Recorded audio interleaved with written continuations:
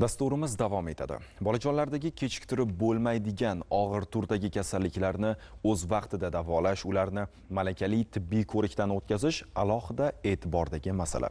Xususan, bolalarni qo'llab-quvvatlash jamoat fondi tomonidan turkiyalik tajribali shifokorlar guruhi yurtimizga taklif qilinib, chuqurlashtirilgan tekshiruvlar tashkil etilmoqda.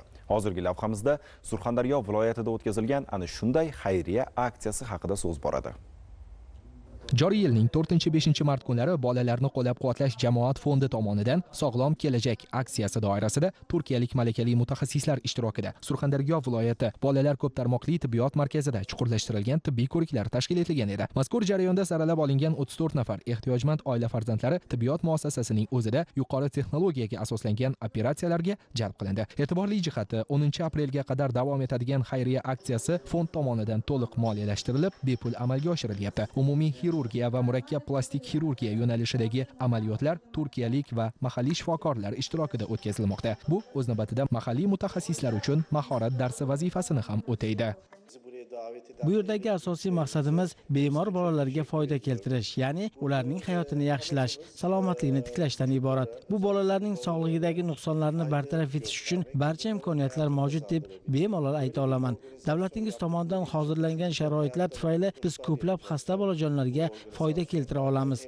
Kelgusida ham hamkorlikdagi faoliyatimizni davom ettirib, qo'l kuyishlari, tana deformatsiyalari va boshqa tibbiy kasalliklar bilan og'rigan bemorlarga yordam berishni rejalashtirganmiz. Qo'shayotgan kichik hissamiz kelajakda katta natijalar berishiga ishonaman. Men O'zbekistonni va o'zbekistonliklarni yaxshi ko'raman.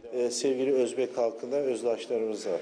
Har bir bola davlatimizning e'tibori va himoyasida. Tibbiy ko'riklarning bepul o'tkazilishi, qolaversa jarrohlik amaliyotiga ehtiyoji bor bolajonlarning davolanish xarajatlari qoplab berilishi fikrimiz tasdig'i bo'la oladi. Farzandining dardiga darmon izlab kelgan ota-onalar ham yaratilgan sharoit va ko'rsatilayotgan bunday ko'makdan minnatdor.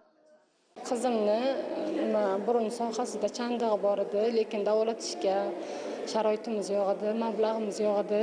Xudo xohlasa qizingni yaxshi qilib beramiz dedilar. Prezidentimizga katta rahmat, shu bolajonlarimizni o'ylab fondlar tashkil qilganlar uchun.